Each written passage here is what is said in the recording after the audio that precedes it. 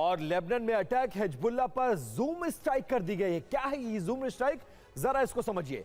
10 minute में 100 जगहों को चिन्हित किया गया और उसके बाद स्ट्राइक को अंजाम दिया गया। प्लानिंग क्या थी? जूम मीटिंग के जरिए हिजबुल्लाह की मीटिंग हो रही थी।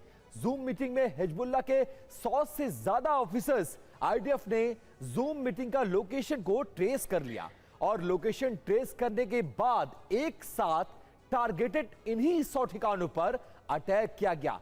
माना जा रहा है कि 10 मिनट में इन 100 स्ट्राइक्स को अंजाम दिया गया।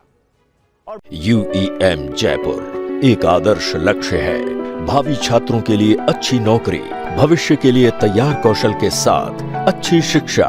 मनीष झा हमारे संवाददाता इस वक्त लेबनान बॉर्डर से हमें ज्वाइन कर रहे हैं, सीधे उनके पास चलते हैं। मनीष, देखिए इस वक्त आप लाइव है, हमें दिख रहे हैं मनीष शाह उधर लेबनान, क्योंकि साउथ लेबनान की तरफ देखते हुए जो कि नॉर्दर्न इजराइल का बॉर्डर है, वहां पर मनीष शायद आप वहीं पर हैं। मनीष, जो लेबनान में हो रहा है, जिस तरह से लेबनान को इजराइल ने निशाना बनाया है, अभी ताजा स्थिति क्या है, जरा बताइए हमारे व्यूअर्स को।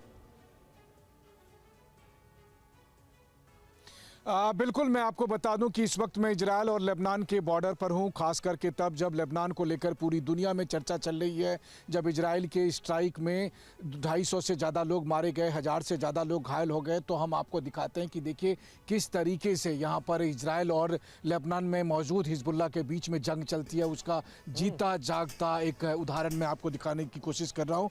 TV9 के कैमरे पर भी ये साफ तौर पर आप देख सकते हैं, हम इस वक्त मौजूद हैं। वो जो आप देखिए कि सामने में हमारे इजराइल और लेबनान का बॉर्डर है। बॉर्डर के लिए जो फेंसिंग होती है और जो दीवार खड़ी की गई है, वो लंबी सी दीवार आप देख रहे हैं, बस यहाँ से 200-250 मीटर की दूरी पर। और उसके बाद का इलाका है लेबनान का। ये जो सामने की पहाड़ियाँ आप देख रहे हैं, ये लेबनान की पहाड़ियाँ हैं। और ये जो आप देख रहे हैं सामने में ध्वस्त पड़े हुए, ये मैं किस गाजा में नहीं हूँ, बल्कि ये लेबनान के बॉर्डर पर है। और ये सब गाँव हैं, ये अलग अलग गाँव थे। इनका नाम फकीला था, जो कि यहाँ पर लेबनान का गाँव था। और यहाँ पर जो लोग रहते थे उसको हटाकर हिजबुल्लाह ने इसे अपने कब्जे में किया था और यहां से हिजबुल्लाह ऑपरेट करते थे। तो फिर जब 7 अक्टूबर 2023 को हमास का हमला हुआ और उसके बाद से जब इजराइल ने अपना ग्राउंड ऑपरेशन शुरू किया, तो सबसे पहले इस गांव को ध्वस्त किया। और इसके साथ देखिए कई सारे अलग अलग आपको गांव, यहां दर्जनों गांव और उनके सैकड़ों घर आप देख सकते हैं, जिसको पूरी तरह से मटियामेट कर दिया है, जमींदोज कर दिया। तो आज जो आप बेरूत में तस्वीरें देख रहे हैं, वो तस्वीरें ठीक इसी तरह की है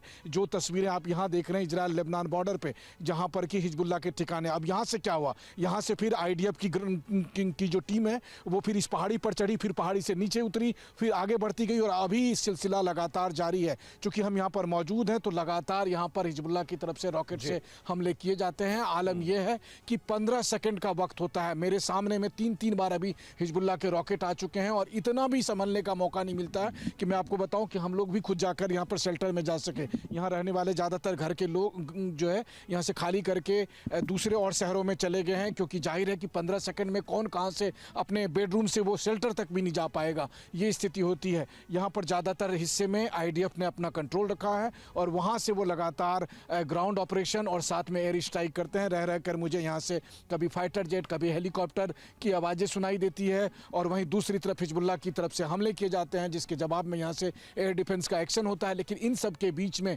बात यह है कि ये एक एक्टिव वॉर जोन है। तो आज भले ही दुनिया में ईरान और अमेरिका के युद्ध विराम की चर्चा चलती हो, लेकिन यहां पर संग्राम चल रहा है। और जहां संग्राम चल रहा है उस फ्रंट लाइन से TV9 की टीम मौजूद होकर ये आपको बता रही है कि इजराइल और लेबनान के हिजबुल्लाह के बीच की जो ये जंग है वो कितनी खतरनाक, कितनी भयानक होती जा रही है और इसका असर हो सकता है कुछ युद्ध विराम पर भी हो। और इस वक्त भी मैं अगर कुछ आवाजें सुन रहा हूं तो मैं आपको बताऊं कि यहाँ लगातार दोनों तरफ से रॉकेट और मिसाइल चल रहे होते हैं और कई बार वो एकदम मेरे सर के ऊपर से होकर गुजरता है। बिल्कुल मनीष, मैं भी इस इलाके से होकर आया था और सचमुच ये बहुत डेंजर जोन में आज की तारीख में है और एक्टिव वॉर जोन में खड़ा होकर रिपोर्ट करना यह भी बहुत हौसले का काम है। और फिलहाल आप बने रहिए, रुक करेंगे वापस आपके लिए। और देखिए 10 मिनट में सर्वनाश पेजर के बाद जूम अटैक किया गया है। कैसे किया गया, इसको कैसे अंजाम दिया गया, जरा वो समझने की आप कोशिश करिए। पेजर अटैक 17 सितंबर 2024 को कैसे हुआ था और क्या हुआ था वो जरा समझिए। हजारों पेजर और वॉकी टॉकी में एक साथ ब्लास्ट हुआ था। हिजबुल्लाह सदस्य इस पेजर डिवाइस को चला रहे थे और विस्फोट में 40 से ज्यादा मौत और 3000 से ज्यादा लोग घायल हुए थे। और इसके अलावा कैसे किया गया था, तो मोबाइल हैकिंग से बचने के लिए हिजबुल्लाह ने पेजर खरीदे थे। मोसाद ने इन 5000 पेजर में छोटे विस्फोटक लगा दिए। मैसेज के जरिए विस्फोटक को एक्टिव किया, पेजर में लगी लिथियम बैटरी फटने से फिर उन लोगों की मौत हो गई। और इसी बीच क्योंकि पेजर के बाद अब जूम की बात आ रही है विपिन, अब जी, देखिए बिल्कुल। मोसाद का आप जो मॉडस ऑपरेंडी है, कैसे वो आपको बहुत माइन्यूट लेवल तक जीरो इन करता है और फिर कैसे उसको अंजाम देता है, ये उसकी एक और यहाँ पे बहुत बड़ी यहाँ पे ये घटना। बिल्कुल उसको भी गौरव डिकोड करेंगे।